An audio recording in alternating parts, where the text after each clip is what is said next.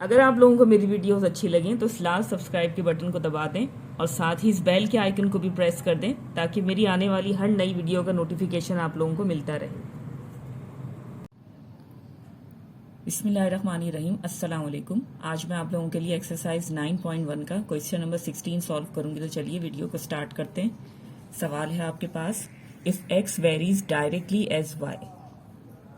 ठीक है, अगर x डायरेक्टली वेरी करता है y की तरह and x is equal to 9 when y is equal to 15 और x की वैल्यू 9 है जबकि y की वैल्यू 15 है आपके पास। Find x when y is equal to 10। आपने जो है वो यहाँ पर x की वैल्यू फाइंड करनी है जबकि y आपको दिया जा रहा है यहाँ पे 10। ठीक है, तो देखिए सवाल को आप गौर से पढ़िएगा। If x varies directly as y, अगर x डायरेक्टली वेरी करता है y की तरह। अब देख लीजिए यहाँ पर डायरेक्टली वेरी करने से जो है वो क्या मुराद है, तो थोड़ा सा देखें सवाल को सॉल्व करने से पहले यहाँ पे डेफिनेशन की तरफ आ जाते हम। बेसिकली देखिए वेरिएशन का मतलब क्या होता है, वेरी करना। वेरी करना मीन्स चेंज। ठीक है, तो वेरिएशन का मतलब है आपके पास चेंज। अब देखिए यहाँ पर आपसे जो है वो डायरेक्टली वेरी करने की बात की जा रही है, डायरेक्टली चेंज की बात आपसे जो है वो यहाँ पे की जा रही है। तो उसका क्या मतलब है, देखिए वेरिएशन की जो है वो आपके पास दो किस्म की जो है वो दो इकसाम है वेरिएशन की। ठीक है, एक है आपके पास डायरेक्ट वेरिएशन, दूसरा है आपके पास इनवर्स वेरिएशन। अब देखिए वर्ड जो है वो सवाल में डायरेक्टली का जो है वो यूज किया जा रहा है, तो इट मीन्स कि देखिए सबसे पहले यहाँ पर जो है वो हम डायरेक्ट वेरिएशन को डिस्कस कर लेते हैं कि बेसिकली डायरेक्ट वेरिएशन क्या चीज है। तो देखिए डायरेक्ट वेरिएशन की डेफिनेशन है आपके पास, it is defined as two variables which increase और decrease at a constant rate. ठीक है, दो वेरिएबल्स या दो क्वांटिटीज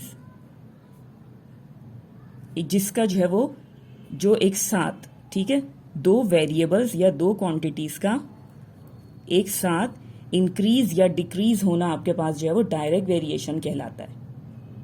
ठीक है, दोबारा मैं ये चीज रिपीट कर देती हूँ, दो वेरिएबल्स या दो क्वांटिटीज का एक साथ इंक्रीज या डिक्रीज होना जो है वो आपके पास डायरेक्ट वेरिएशन कहलाता है।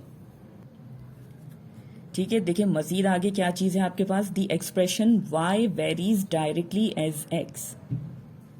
ठीक है, ये जो डेफिनेशन आपके पास है, अगर आप इसको एक्सप्रेस करेंगे तो किस तरीके से, y varies directly as x।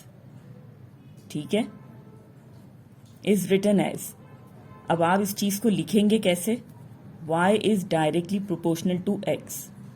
ठीक है, ये जो एक्सप्रेशन है आपके पास y varies directly as x को जो है वो आप किस तरीके से लिखेंगे या किस तरीके से डिनोट करेंगे, वो इस तरीके से करेंगे, y directly proportional to x। ठीक है, so y is equal to kx। ये k आपके पास क्या है, कांस्टेंट ऑफ प्रोपोर्शनैलिटी।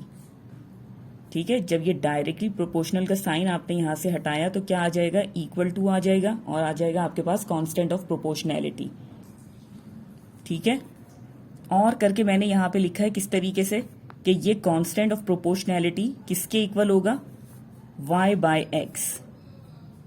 ठीक है, यानी कि x को अगर मैं यहां से जो है वो हटा दूंगी, x जो है वो इस k से मल्टीप्लाई हो रहा है, y के साथ जो है वो डिवाइड हो जाएगा, तो k किस तरीके से आएगा, y बाय एक्स करके आपके पास। ठीक है, ठीक है, तो यहाँ पे देखिए चलिए मैं एक एग्जाम्पल से भी जो है वो एक एग्जाम्पल भी यहाँ पर आपको जो है वो थोड़ा सा एक्सप्लेन कर देती हूँ एग्जाम्पल से भी। फॉर एग्जाम्पल देखिए जैसे कि मैंने डेफिनेशन में आपको जो है वो बताया कि दो वेरिएबल्स या दो क्वांटिटीज। ठीक है, तो देखिए यहाँ पर मैं ले लेती हूँ बुक्स और यहां पर ले लेते हैं हम कॉस्ट।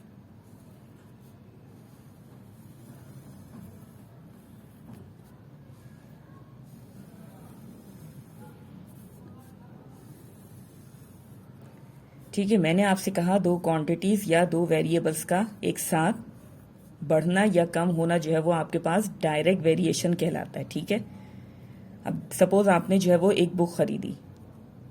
ठीक है, उस बुक की कॉस्ट आपके पास थी 10 रुपीज। अब जैसे जैसे आप जो है वो बुक की क्वांटिटी में इजाफा करते चले जाएंगे तो कॉस्ट भी क्या होती चली जाएगी, बढ़ती चली जाएगी।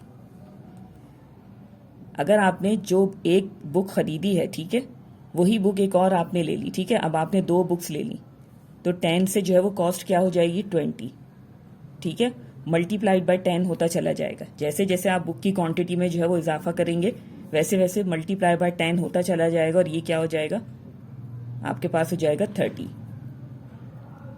ठीक है। पहले एक बुक थी, कॉस्ट आपके पास जो है वो 10 थी, टू बुक्स आपने ले ली तो क्या हो जाएगा, 2 मल्टीप्लाई बाय 10 हो जाएगा, तो ये हो जाएगा आपके पास 20। इसी तरीके से 3 बुक्स आप ले लेंगे, जितनी क्वांटिटी होगी वो मल्टीप्लाई बाय 10 होता चला जाएगा, ठीक है।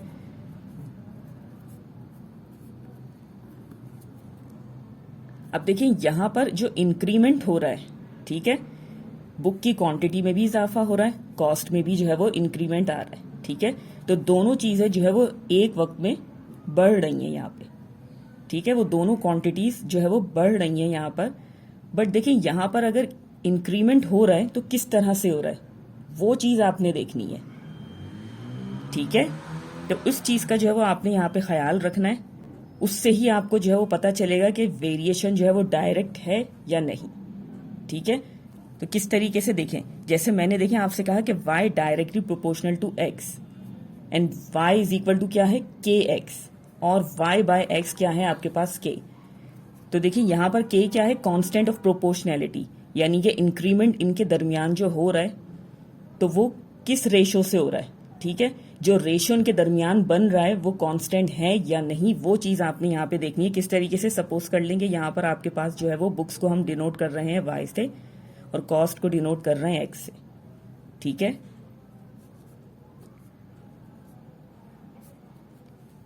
हम बेसिकली यहाँ पे जो है वो इनके दरमियान रेशो देख रहे हैं, ठीक है, कि रेशो इनके दरमियान सेम है या नहीं।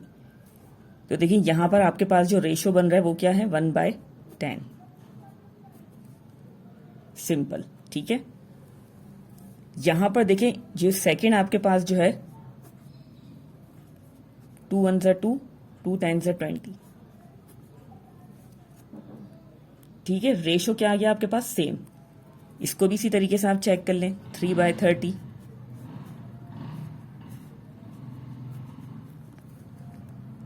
ठीक है। तो इंक्रीमेंट किस तरीके से हो रहा है, सेम रेशो के साथ हो रहा है।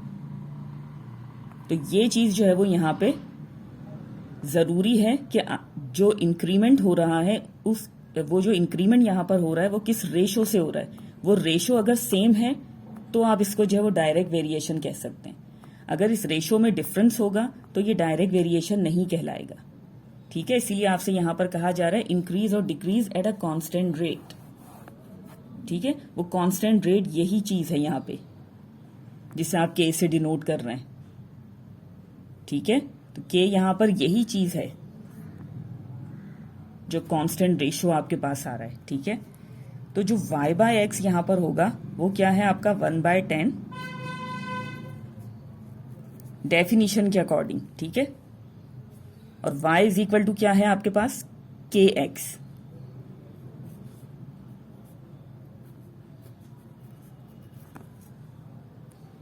ये देखिए यहां पर y बाय एक्स आपके पास क्या आ रहा है 10, ठीक है, क्योंकि तमाम रेशोज क्या हैं, सेम है। तो ये 1/10 आ गया और यहां पर देखें y की वैल्यू क्या हो जाएगी, ये x जो है वो इधर डिवाइड हो रहा है, वहां जाके 1/10 से मल्टीप्लाई हो जाएगा, तो ये हो जाएगा y is equal to 1/10x, ठीक है। और यहां पे ये चीज क्या हो जाएगी, ये 1/10 एक्चुअली आपके पास क्या है, कांस्टेंट ऑफ प्रोपोर्शनैलिटी, ठीक है। यहां पर हम इसको मेंशन भी कर देते हैं कि क्या है, constant of proportionality,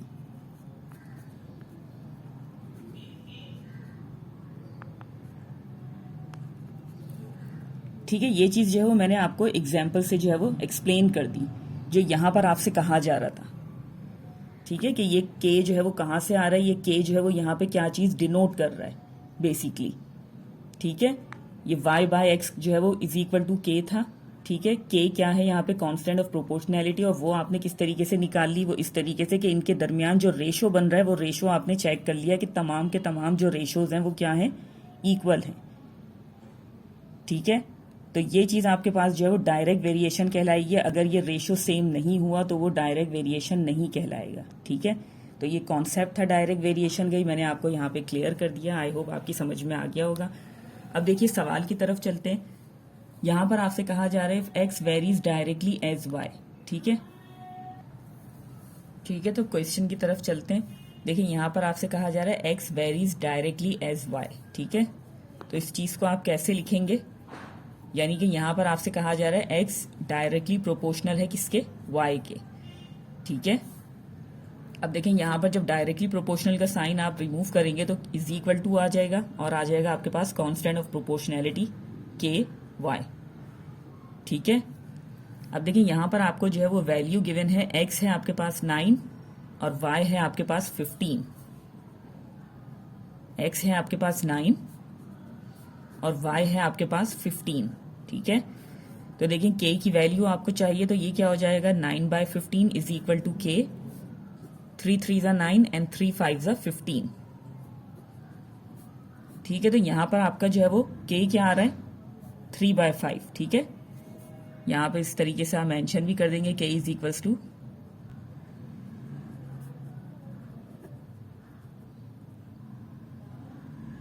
constant of proportionality. ठीक है, तो के की आपके पास आ गई वैल्यू 3/5।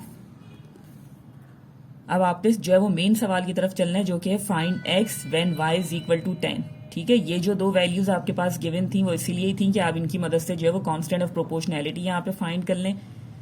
आपने जो है वो यहाँ पे बेसिकली फाइंड करना है एक्स की वैल्यू को, जबकि वाई आपके पास जो है वो 10 है। ठीक है, तो अगेन यहाँ पे ले लेंगे क्या चीज, again x is equals to k y आप ले लेंगे। यहाँ पे एक्स की वैल्यू आपको जो है वो यहाँ पर चाहिए, के आपके पास है 3/5 एंड वाई आपके पास है 10, तो ये हो जाएगा 5 1 5 5 2 10 and x is equals to 3 2 6।